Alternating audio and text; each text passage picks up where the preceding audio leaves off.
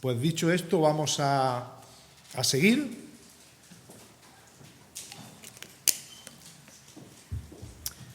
Con nuestra exposición en el Evangelio de Mateo. Y hoy el texto que nos toca es el capítulo 12, desde el versículo 22 al 45. Así que Mateo 12, empezando en el versículo 22 y hasta el 45, y el título que he puesto a esta sección es una pregunta. ¿Perteneces al reino de Dios? Es una pregunta que creo que debemos hacernos todos nosotros. ¿Perteneces al reino de Dios? Así que leemos la palabra de Dios, Mateo capítulo 12, desde el versículo 22. Y nos dice así la palabra de Dios. 12:22 de Mateo. Entonces fue traído a Jesús un endemoniado, ciego y mudo, y le sanó de tal manera que el ciego y mudo veía y hablaba. Y toda la gente estaba atónita y decía: ¿será este aquel hijo de David? Mas los fariseos al oírlo decían: este no echa fuera los demonios, sino por Belcebú, príncipe de los demonios. Sabiendo Jesús los pensamientos de ellos, les dijo: todo reino dividido contra sí mismo es asolado, y toda ciudad o casa dividida contra sí misma no permanecerá. Y si Satanás echa fuera a Satanás, contra sí mismo está dividido. ¿Cómo pues permanecerá su reino? Y si yo echo fuera los demonios por Belcebú, ¿por quién los echan vuestros hijos? Por tanto, ellos serán vuestros jueces. Pero si yo por el Espíritu de Dios echo fuera los demonios, ciertamente ha llegado a vosotros el reino de Dios. Porque ¿cómo puede alguno entrar en la casa del hombre fuerte y saquear sus bienes si primero no le ata? Y entonces podrá saquear su casa. El que no es conmigo, contra mí es. El que conmigo no recoge, desparrama. Por tanto os digo, todo pecado y blasfemia será perdonado a los hombres, mas la blasfemia contra el Espíritu no les será perdonada. A cualquiera que dijere alguna palabra contra el Hijo del Hombre, les será perdonado, pero al que hable contra el Espíritu Santo no les será perdonado ni en este siglo ni en el venidero. O haced el árbol bueno y su fruto bueno, o haced el árbol malo y su fruto malo, porque por el fruto se conoce el árbol. Generación de víboras, ¿cómo podéis hablar lo bueno siendo malos? Porque de la abundancia del corazón habla la boca. El hombre bueno del buen tesoro del corazón saca buenas cosas, y el hombre malo del mal tesoro saca malas cosas. Mas yo os digo que de toda palabra ociosa que hablen los hombres, de ella darán cuenta en el día del juicio, porque por tus palabras serás justificado y por tus palabras serás condenado. Entonces respondieron algunos de los escribas y de los fariseos diciendo: Maestro, deseamos ver de ti señal. Y Jesús les respondió y les dijo: la generación mala y adúltera demanda señal, pero señal no les será dada, sino la señal del profeta Jonás. Porque como estuvo Jonás en el vientre del gran pez 3 días y 3 noches, así estará el Hijo del Hombre en el corazón de la tierra 3 días y 3 noches. Los hombres de Nínive se levantarán en el juicio con esta generación y la condenarán, porque ellos se arrepintieron a la predicación de Jonás, y he aquí más que Jonás en este lugar. La reina del sur se levantará en el juicio con esta generación y la condenará, porque ella vino de los fines de la tierra para oír la sabiduría de Salomón, y he aquí más que Salomón en este lugar. Cuando el espíritu inmundo sale del hombre, anda por lugares secos buscando reposo y no lo halla. Entonces dice: volveré a mi casa de donde salí, y cuando llega la halla desocupada, barrida y adornada. Entonces va, toma consigo otros 7 espíritus peores que él, y entrados moran allí, y el postrer estado de aquel hombre viene a ser peor que el primero. Así también acontecerá a esta mala generación. Que el Señor añada su bendición sobre su divina palabra. Amén. Amén. Bueno, como veis, hoy tenemos tarea. Hemos tomado un pasaje relativamente largo, no voy a pedir perdón por leer mucho tiempo la Biblia, pero sí que os digo que tengáis vuestra Biblia abierta, si no os queréis perder. Estamos, para los que han llegado ahora, en el Evangelio de Mateo, capítulo 12, y vamos a empezar en el versículo 22.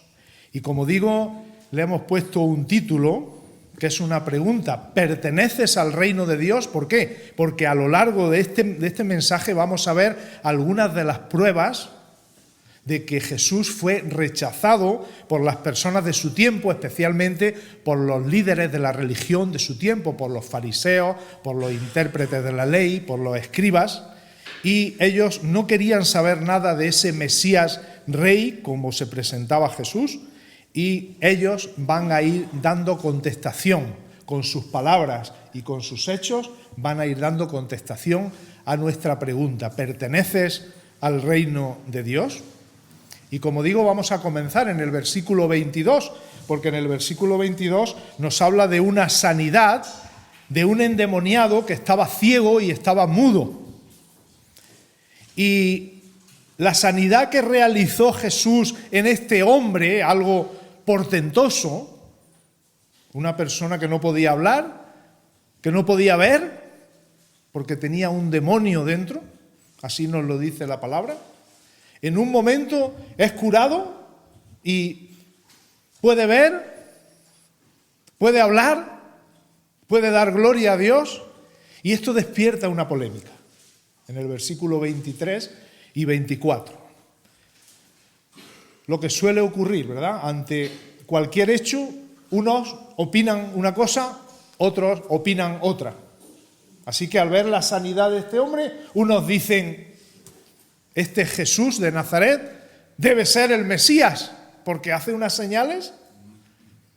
Pero otros, entre ellos, como os digo, los escribas, dicen: esta sanidad, este echar fuera demonios, eso no puede venir de ningún sitio, sino de que Jesús tiene connivencia con el príncipe de los demonios. Es decir, Jesús, de alguna manera, para que lo entendamos, es amigo, es un aliado del mal, y por eso puede echar fuera a los demonios. Fijaros qué manera de pensar tan extraña.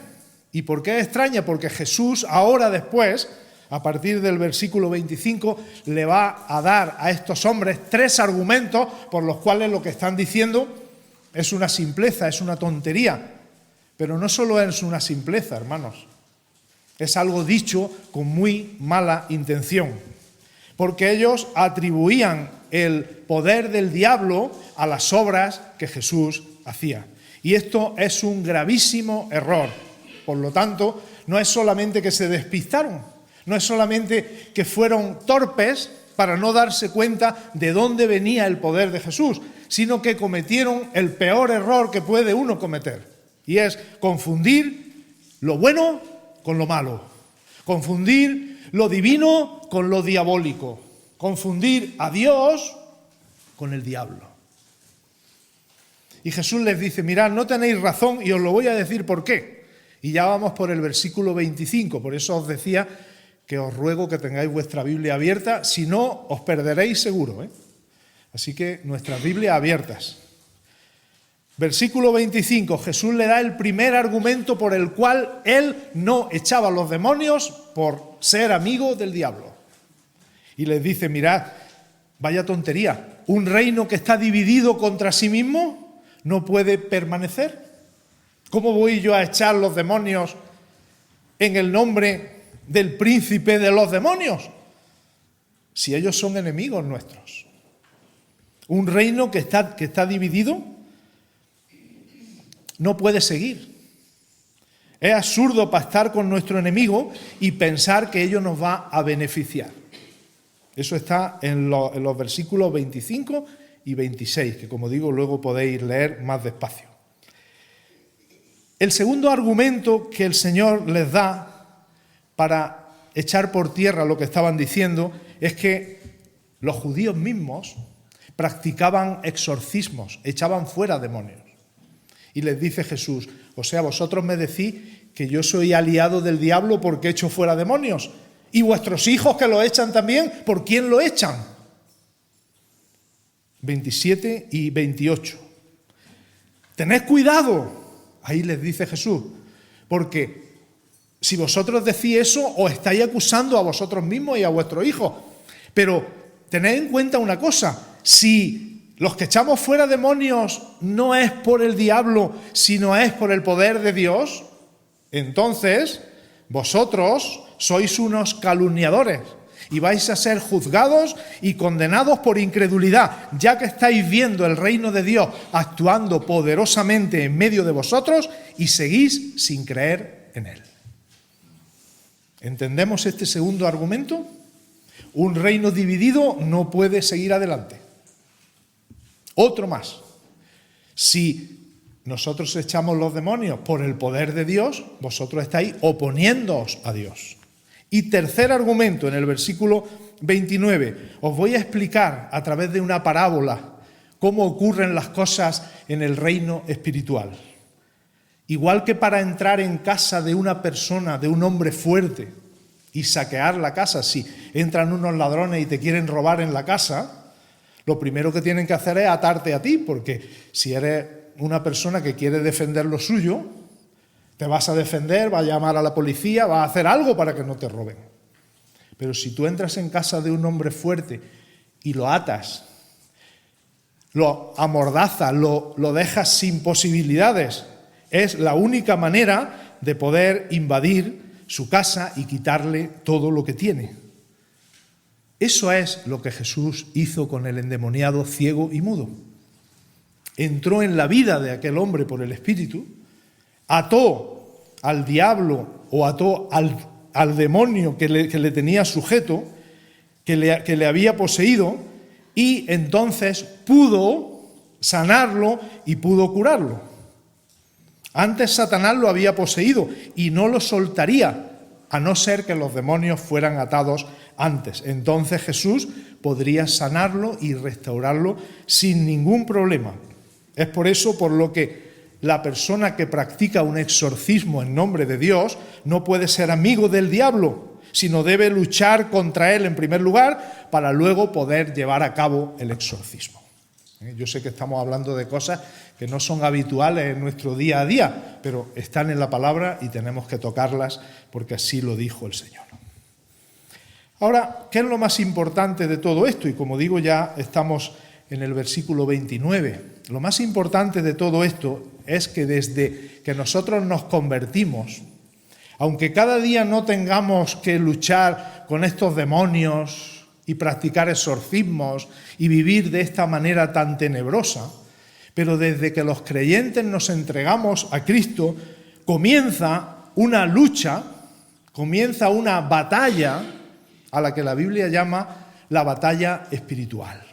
La batalla con la cual nosotros tenemos que enfrentarnos cada día a los poderes del mal. Tenemos que enfrentarnos a Satanás y a sus huestes. Y para ello tenemos que ponernos toda nuestra armadura para poder luchar contra él. Que son armas espirituales que nos sirven para poder oponernos a lo que el diablo nos va diciendo para que nosotros caigamos.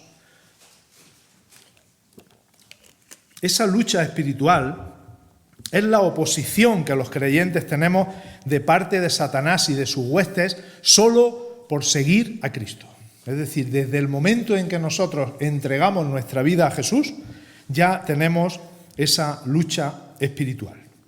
Y en el versículo 30 nos dice el Señor que en asuntos de lucha espiritual o estás con Cristo o estás contra Él. en otras facetas de nuestra vida, por ejemplo, os voy a poner un ejemplo para que nadie se quede solamente con esto y diga, pues qué restrictivo era Jesús. Él decía que el que no estaba con él estaba contra él. Bueno, en este asunto, ¿verdad? Cuando se trata de servir al Señor, cuando se trata de hacer cosas para Él, el Señor dice la frase contraria. El que no es contra nosotros es por nosotros. Es decir, hay muchas personas que sirven al Señor en diferentes facetas, en lo cual nosotros no entramos. Y nosotros decimos, si está sirviendo a su Señor, nosotros ahí no entramos. Y ahí Jesús dice, mirad, si no están en contra, es porque están a favor nuestro. Pero darle la vuelta a la frase, porque lo que está diciendo el Señor ahora, en el versículo 30, es lo contrario totalmente. En asuntos de lealtad al Señor, asuntos de lucha espiritual, asuntos de definirse, como la pregunta que hemos hecho al principio, ¿perteneces al reino de Dios? En asuntos de definirse por Cristo, no hay términos medios, no hay medias tintas, no hay una escala de grises en la cual nosotros digamos, bueno, hay algunas cosas en las que sí, yo me he entregado al Señor. Pero hay otra serie de asuntos que, bueno, he hecho un pacto para que en algunas facetas de mi vida el Señor no entre y yo pueda pactar, no con el diablo, sino con el mundo en algunas cuestiones. No se puede seguir el juego al adversario en el trabajo y luego en la iglesia pensar que vamos a ponernos de cara a Dios y el Señor nos va a aceptar. No se puede tener doble vida y ser una persona aquí y otra persona diferente cuando llego a mi casa. Y que mi esposa y mis hijos y las personas que tengo más cerca digan, es que se transforma. Sale de la capilla y es otra persona. Allí en la iglesia se comporta amable, gentil, y llega a casa y se pone a gritar, enfadado, por ejemplo. Tener doble vida, lo que manifiesta es que no somos verdaderos seguidores de Cristo. Que lo tengamos en cuenta.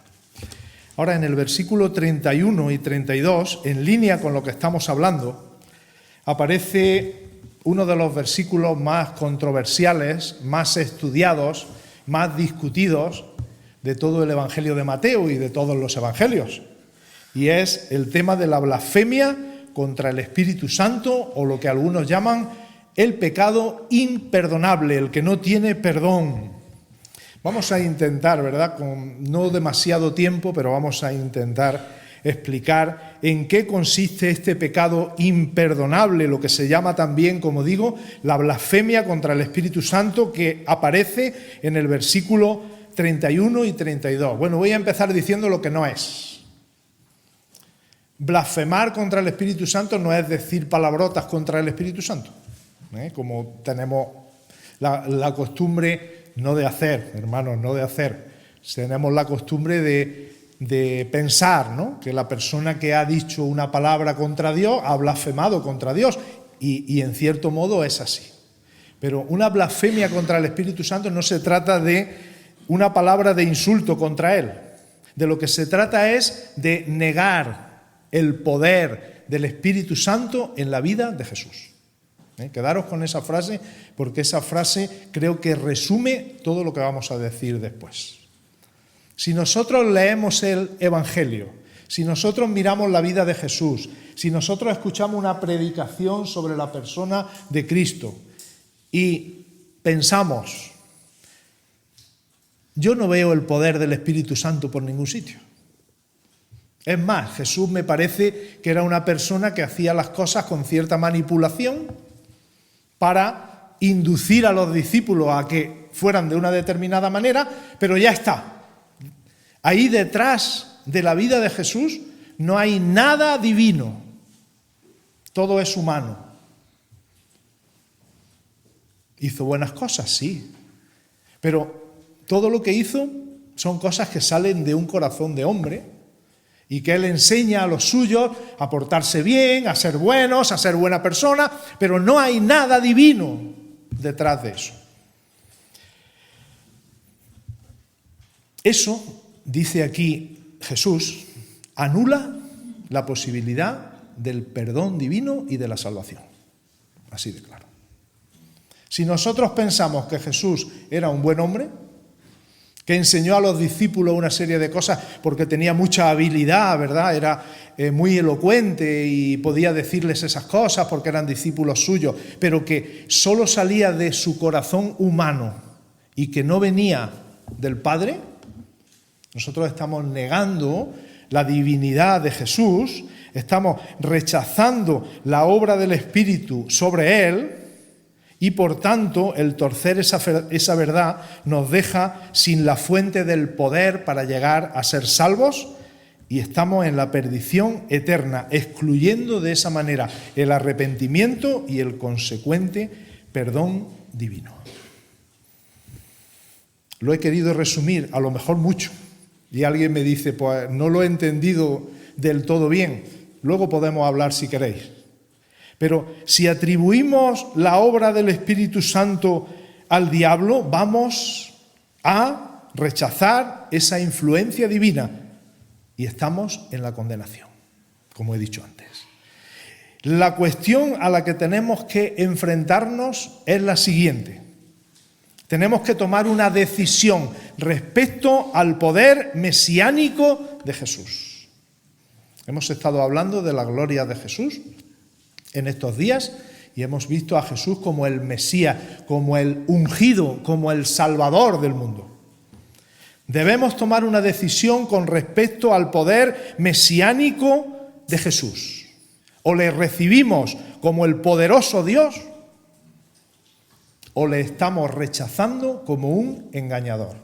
Y como digo, no hay términos medios.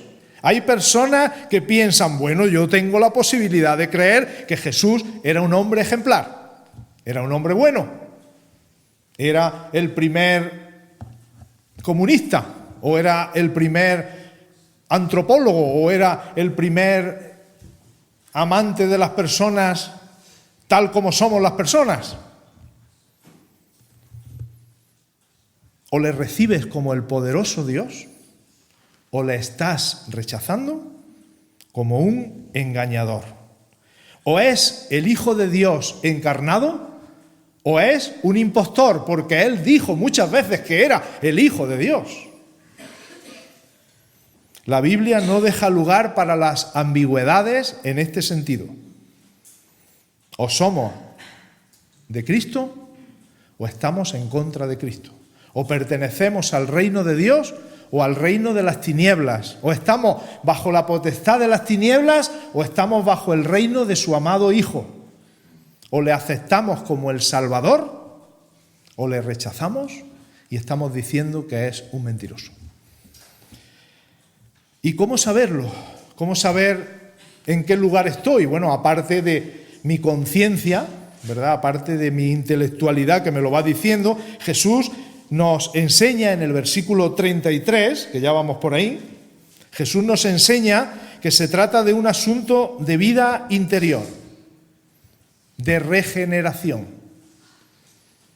O el árbol es bueno o el árbol es malo. No se trata de pequeños cambios, bueno, ahora voy a decir que Jesús sí es mi Salvador, pero realmente yo no vivo en la salvación de Jesús.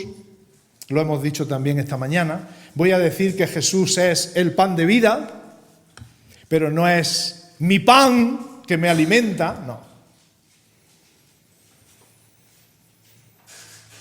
O hemos nacido de nuevo y somos árboles nuevos y nuevas personas para Dios dando el fruto adecuado, o somos árboles malos y por eso damos malos frutos. Y eso en el versículo 34 al 37 se lo demuestra Jesús de nuevo a aquellos fariseos porque les dice, mirad, por vuestras palabras os delatáis. Demostráis a qué reino pertenecéis por lo que sale de vuestra boca. En el 34, generación de víboras. ¿Cómo podéis hablar lo bueno siendo malos? Porque de la abundancia del corazón habla la boca. El hombre bueno del buen tesoro de su corazón saca buenas cosas. El hombre malo del mal tesoro que tiene en el corazón saca malas cosas, porque de la abundancia del corazón habla la boca. Ya, pero yo puedo durante 5 minutos engañar, ¿vale? Y durante un día y durante una semana, sí. Pero al final, dentro de un tiempo, estarás hablando, estarás expresando lo que hay en el corazón. Aunque intentes mentir y aunque intentes engañar. Tú puedes ponerlo todo demasiado bonito y puedes adornarlo y puedes decir, yo sé qué palabras tengo que decir en determinados contextos. Sí, pero ¿y cuando nadie te oye y cuando nadie te ve? Solamente el Señor. ¿Cuáles son tus pensamientos? ¿Cuáles son tus palabras? ¿Qué hay en el corazón? Y de la abundancia de lo que hay, ¿qué habla tu boca? Eso es lo que nos está diciendo el Señor aquí. ¿De qué hablas? ¿Qué llena tu corazón? Bueno, pues estamos ya en el versículo 38. ¿Cómo se sentirían de aludidos aquellos? Porque yo tengo la sensación a veces, no sé si os ha pasado, hermano, que estamos hablando de una cuestión y a veces no hay tantas personas, o a veces estamos hablando con una sola persona y le estamos diciendo, mira, la palabra dice esto y tal, y la persona como que mira para otro lado, como que dice, pues bien, y es que no te das cuenta que te lo estoy diciendo por ti, y la persona no se hace eco, no. Pero esto sí. Mirad lo que dice el versículo 38. Entonces respondieron algunos de los escribas y fariseos. Ya le estaban poniendo una prueba. Bueno, tú nos estás exhortando duramente, Señor. Pero nosotros, para creerte, necesitamos ver una señal. Ellos siguen atacando a Jesús, claro que sí. Pero hacen como muchos incrédulos que nos dicen, y además lo dicen con mucha soberbia, con mucha altivez, dicen, mira, yo creo lo que veo. Estamos hablando de los que le pedían a Jesús una señal, querían ver. Hay personas que dicen, yo creo lo que veo, y si no lo veo, no lo creo. Y te lo dicen como diciendo, eso es mi última palabra. Pero la palabra de Dios dice lo contrario. Si no crees, nunca verás. Fijaros, qué forma de pensar tan distinta. Dice el Señor, dice, si crees, verás la gloria de Dios. Si no lo veo, no lo creo. Y dice Jesús, si no crees, nunca verás.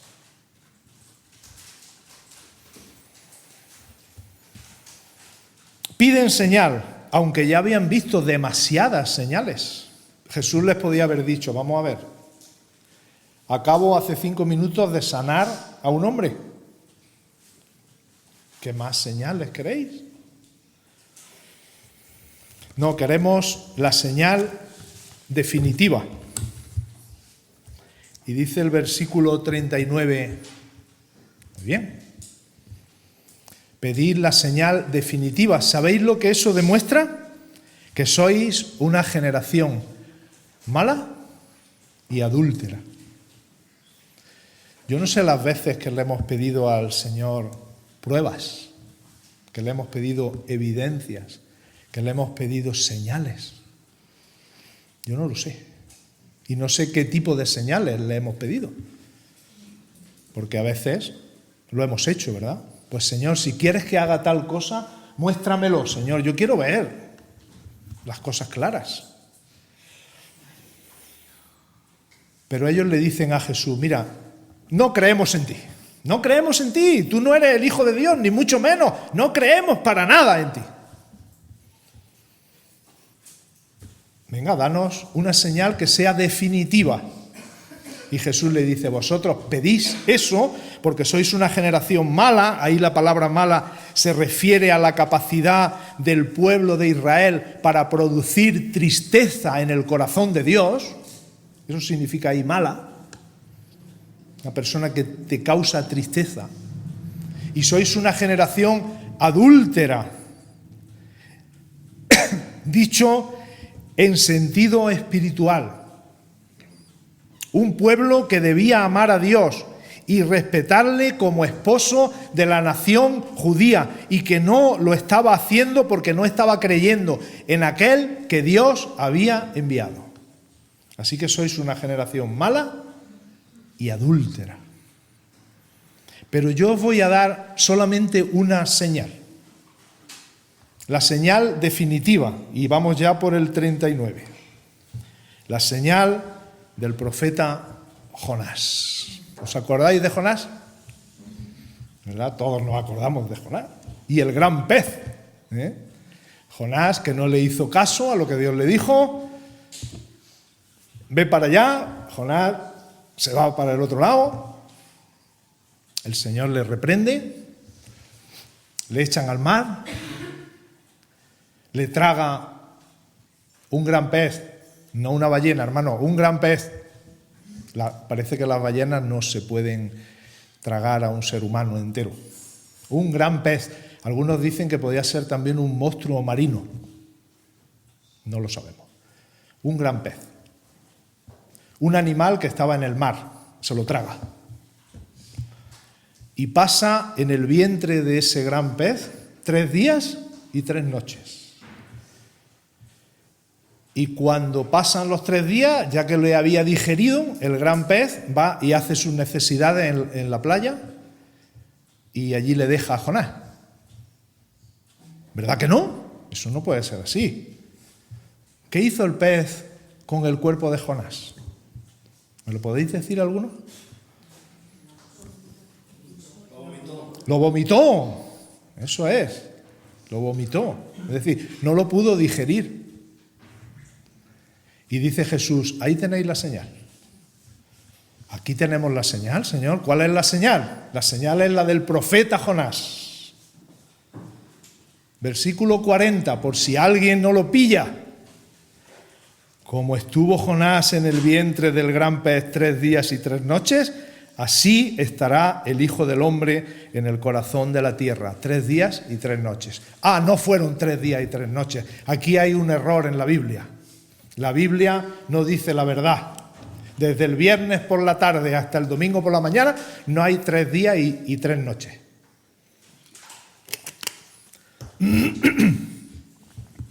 Ignorante o ignoranta. La manera de contar los días los judíos era mediante un método que ellos le llaman el método inclusivo de contar los días. Ellos cuentan el viernes un día, el sábado otro día, el domingo otro día. Son 3 días. Por eso, en algún relato evangélico, aparece que cuando Jesús se presentó a los discípulos, se presentó un domingo, y dice 8 días después, y nosotros decimos 8 días después, ¿el lunes siguiente? No, el lunes siguiente no, el domingo siguiente. Porque según este método de contar los días, ellos contaban domingo, lunes, martes, miércoles, hasta el domingo. 8 días, en lugar de 7, como contamos nosotros. Así que lo que está diciendo el Señor no es una mentira, es una manera de contar los días. Como estuvo Jonás en el vientre del gran pez 3 días y 3 noches, así estará el Hijo del Hombre en el corazón de la tierra. 3 días y 3 noches. ¿Qué habéis dicho que hizo el gran pez con Jonás? Lo vomitó. ¿Qué hizo la tierra con el cuerpo de Jesús? No pudo digerirlo. Cuando yo me muera, cuando vosotros muráis, si no viene el Señor antes, la tierra nos va a digerir. Sabéis lo que es digerir, ¿no?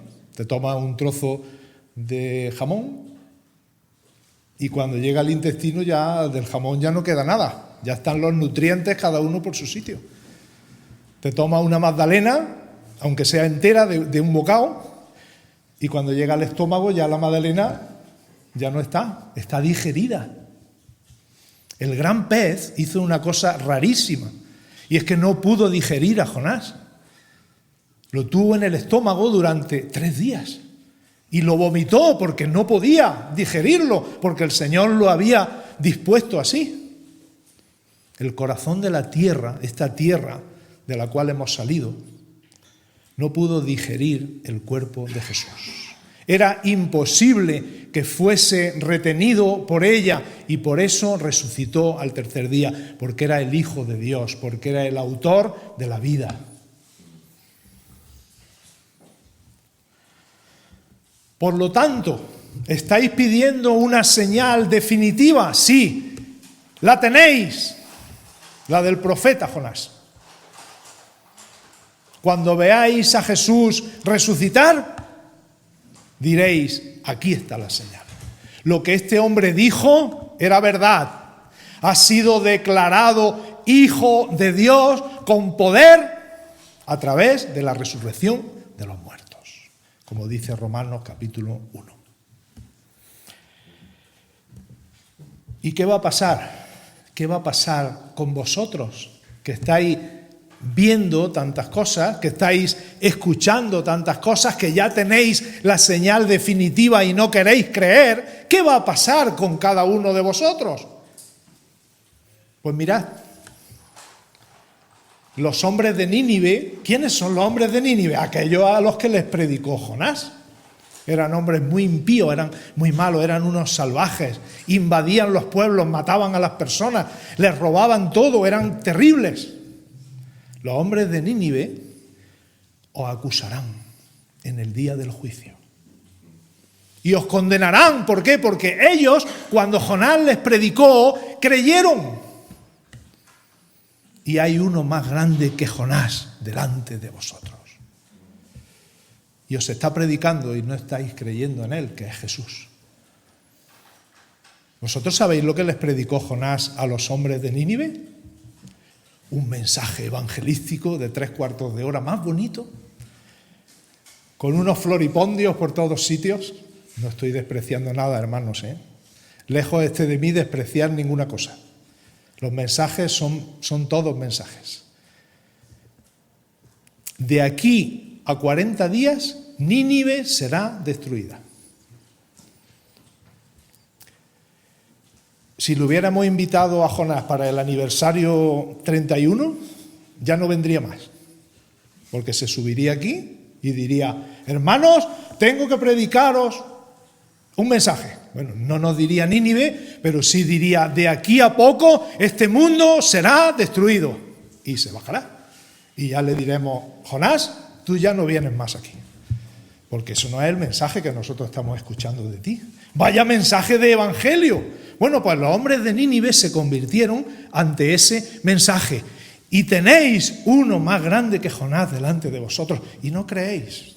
Y os voy a poner otro ejemplo en el versículo 42. Les sigue diciendo Jesús.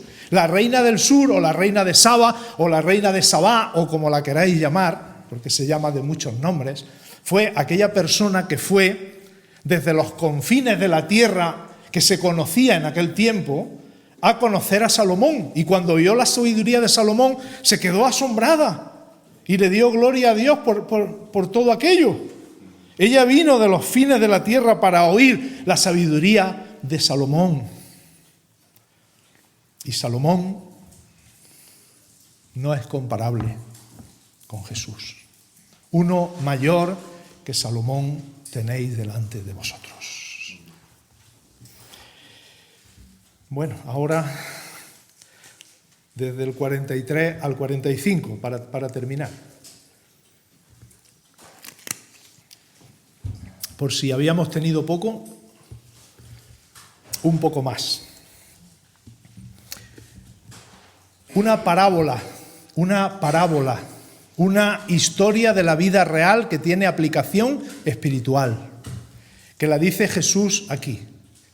Jesús, ¿a qué viene esta parábola? ¿En qué consiste la parábola? Vamos primero a enunciarla con unas pocas palabras. Empezábamos con el endemoniado ciego y mudo en el versículo 22, que no se nos olvide.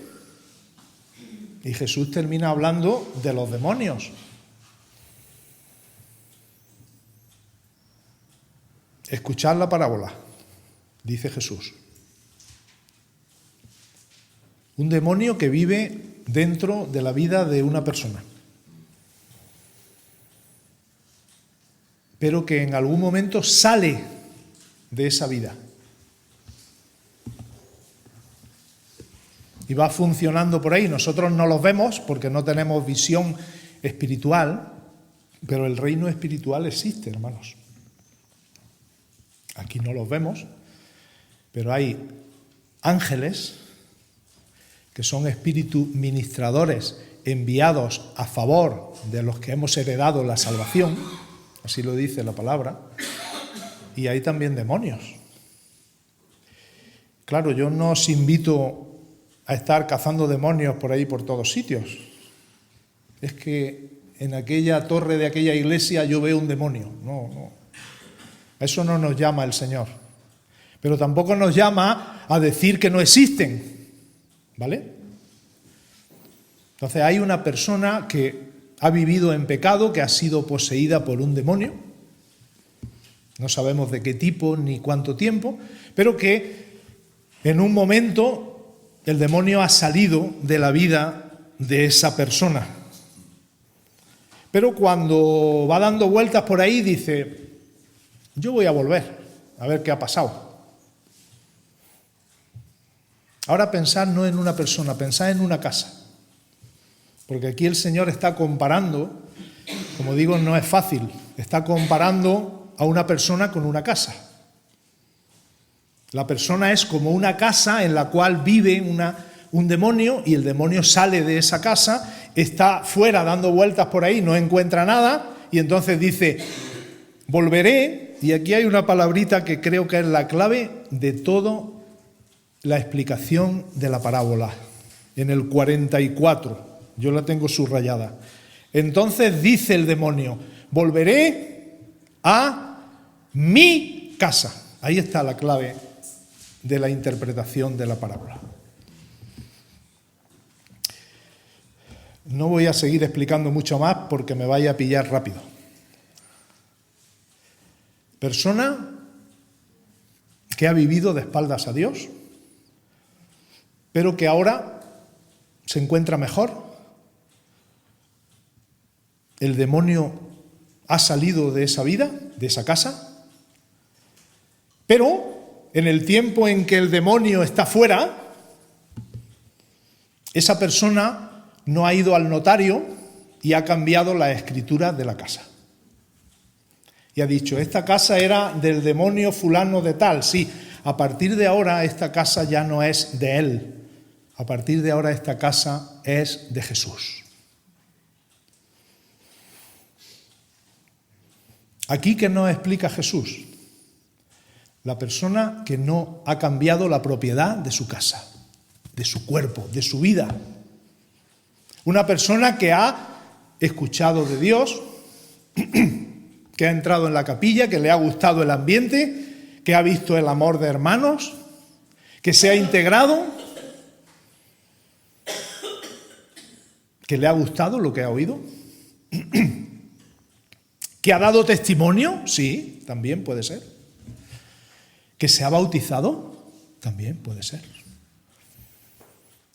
pero no ha cambiado el nombre del propietario de su casa. Y eso se hace yendo a Jesús y pidiéndole que transforme nuestra vida. Eso es el nuevo nacimiento, eso es la regeneración.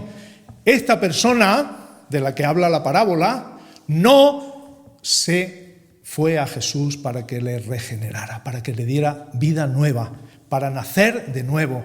No se entregó a Cristo con todo el corazón. ¿Y qué ocurrió? Pues que cuando ese espíritu malo ha estado por ahí y él ve su casa barrida, limpia.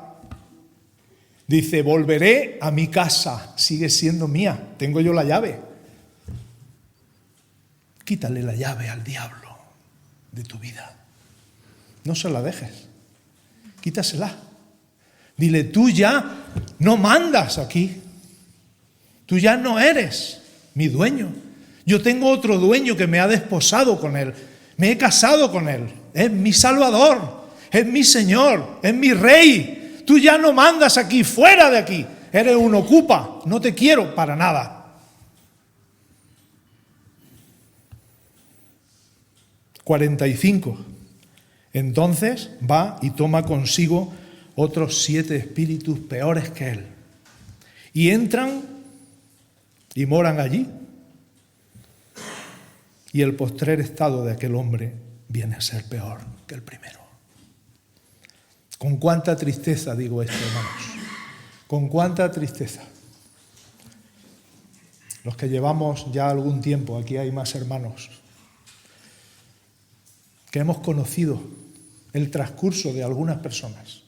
Nos hemos dado cuenta de que esos que gustaron la compañía de los creyentes, que asistieron a nuestros cultos, que profesaron ser creyentes, incluso me da igual, después de un tiempo han vuelto al mundo, al lugar de donde salieron, no cambiaron la propiedad de su casa, no le quitaron la llave al diablo, no han sido transformados por el Espíritu Santo.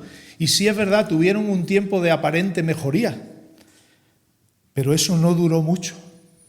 Parecía que habían dejado el pecado, pero volvieron a sus pensamientos y a su conducta anterior. Los conocemos porque nuestra ciudad no es tan grande. Ahora, el postrer estado de algunos es peor que el primero. Lo digo con mucho dolor de corazón. Con mucho dolor de corazón. ¿Sabéis? Los ancianos hemos llorado juntos por estos temas. Los ancianos no nos gozamos cuando tenemos que poner en disciplina a una persona. Los ancianos no nos gozamos cuando vemos a una persona que vino hace ya muchos años y le vemos por la calle y nos dice lo mal que está. No nos gozamos con esto. ¿A qué reino perteneces? Era la pregunta que nos hacíamos al principio. ¿A qué reino perteneces? Si está escuchando esto alguna persona que todavía no ha entregado su vida a Cristo definitivamente, en el nombre del Señor, le digo, debes arrepentirte, debes creer en Cristo, el único Salvador. Doblega tu voluntad ante Dios y tendrás parte en el reino de los cielos.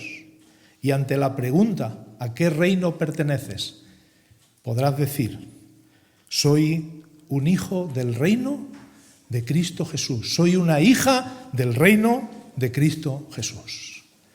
Para la gloria de su nombre. Amén. Amén.